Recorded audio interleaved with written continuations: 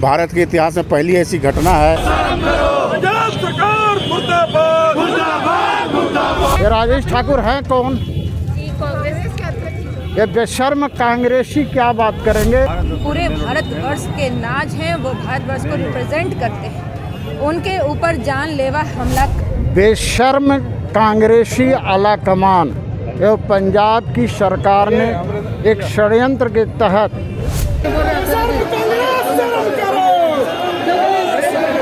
इन लोगों ने उनकी सुरक्षा पर खिलवाड़ किया। नरेंद्र मोदी का प्रदर्शनकारियों को षड्यंत्र के तहत भेजा गया।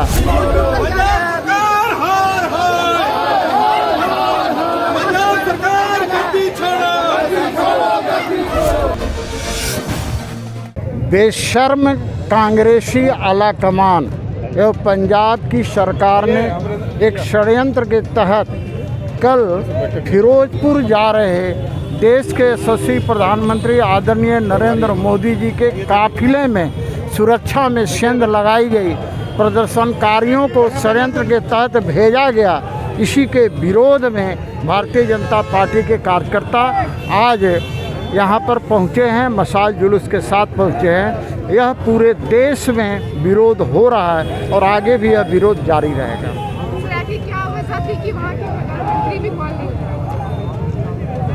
मुख्यमंत्री भी, आखिर ऐसी क्या वजह थी कि वहाँ के मुख्यमंत्री भी कॉल नहीं? अरे भैया, मैं कह रहा हूँ ना, बेशर्म कांग्रेसी नेताओं और पंजाब की कांग्रेसी सरकार के कुत्सित षड्यंत्र के तहत ऐसी घटनाएं घटी हैं, तो वहाँ के मुख्यमंत्री फ़ोन क्यों उठाएंगे? ये तो स्पष्ट हो गया है, परिलक्षित हो गया है कि इसमें कांग्रेस के आलाकमान और पंजाब की कांग्रेस सरकार दोनों ने मिलकर कुचक्र रचा है, षड्यंत्र रचा है और प्रधानमंत्री मोदी जी के सुरक्षा में सेंध लगाने का काम किया गया। सर, लेकिन राजेश ठाकुर जी का कहना है कि बीजेपी प्रोपेगेंडा अपना रही है। ये राजेश ठाकुर हैं कौन? कांग्रेस के अध्यक्ष। ये बेशर्म कांग्रेसी क्या बात करेंगे और उनका क्या जवाब दूंगा? ये बेशर्म है कांग्रेसी जो होते हैं ना, ये बेशर्म होते हैं। ये बेशर्म लोग करेगा क्या? जब इनका भंडा फूट गया तो इसी तरह की बातें करेंगे। वहाँ जब पहले से ही माननीय प्रधानमंत्री जी की जो यात्रा है वो वहाँ से किस प्रकार से जाएगा, अल्टरनेटिव व्यवस्था क्या होगा, इन सारे बातों की जानकारी वहाँ के सरकार के चीफ सेक्रेटरी से लेकर के डीजीपी को यहाँ बताया गया था। सारी जानकारी रहने के बावजूद इन लोगों ने उनकी सुरक्षा पर खिलवाड़ किया, उनके सुरक्षा पर जो है सेंधमारी करवाने का काम किया। ये काम कांग्रेस के नेतृत्व के द्वारा वहाँ पंजाब की कांग्रेस के सरकार के माध्यम से ऐसा कराया गया था। जबकि जो प्रधानमंत्री जी की जो सुरक्षा का जो रूल बुक होता है, ब्लू बुक होता है, उसमें कई प्रकार के जो है निर्देश होता है, उसमें से 13 प्रकार के ऐसे रूल्स को फॉलो नहीं किया, जिसके कारण जो है यहाँ इतनी बड़ी लापरवाही हुई और ये जानबूझ करके ऐसा किया गया और देश के यशस्वी प्रधानमंत्री जी के जान के खतरे को जिस प्रकार से खिलवाड़ के रूप में वो लोग जो है उनकी सुरक्षा को किया गया है, ये निश्चित रूप से ये कांग्रेस के लोगों ने या इस प्रकार से जो है ये घिनौना कार्य किया है। निश्चित रूप से कांग्रेस इसके लिए दोषी है। वहाँ 10 जनपद से ऐसे सारे निर्देश के आधार पर ऐसा हुआ है, इसलिए हम लोग पूरे भारतीय जनता पार्टी देश भर में और रांची झारखंड की राजधानी रांची के अंदर हम महानगर के नेतृत्व में हमारे कई यहाँ के वरिष्ठ नेतृत्व के माध्यम से आज हम यहाँ शहीद चौक पर आकर के कांग्रेस का हम विरोध कर रहे हैं, निकम्मीपन को बता रहे हैं, किस प्रकार से धोखेबाज है उसको बता रहे हैं, जिस प्रकार से जो है बेशर्म है। भारत के माननीय प्रधानमंत्री, भारत के गौरव, हमारे माननीय प्रधानमंत्री की बात यहाँ पे हो रही है।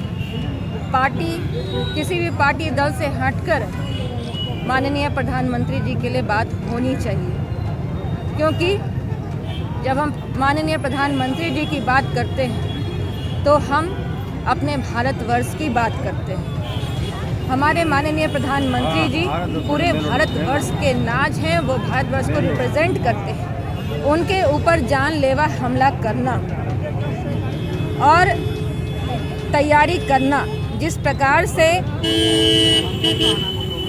साजिश रची गई और जिस प्रकार से माननीय मोदी जी पर आघात करने का प्रयास किया गया, ये कांग्रेस की राष्ट्र विरोधी और मोदी विरोधी तो वो पहले से थे ही, लेकिन माननीय प्रधानमंत्री पर इस प्रकार का साजिश करके उन्होंने अपने राष्ट्र विरोधी विचारधारा को प्रदर्शित करने का काम किया है। अगर उनको विरोध करना था, किसी बात का बदला लेना था, उनके पास आने वाले समय में चुनाव था, वहाँ पे अपने मतदान के बहुमत के बल पर वो उन्हें हराते, लेकिन इस तरह से उन्होंने कायराना हरकत करके अपने ओछी राजनीति का प्रदर्शन किया है, जिसका हम सभी भाजपाई कार्यकर्ता कड़ी निंदा करते हैं। क्या चाहते हैं आप क्या चाहते हैं? हम लोग न्याय चाहते हैं। इसकी सीबीआई जांच होनी चाहिए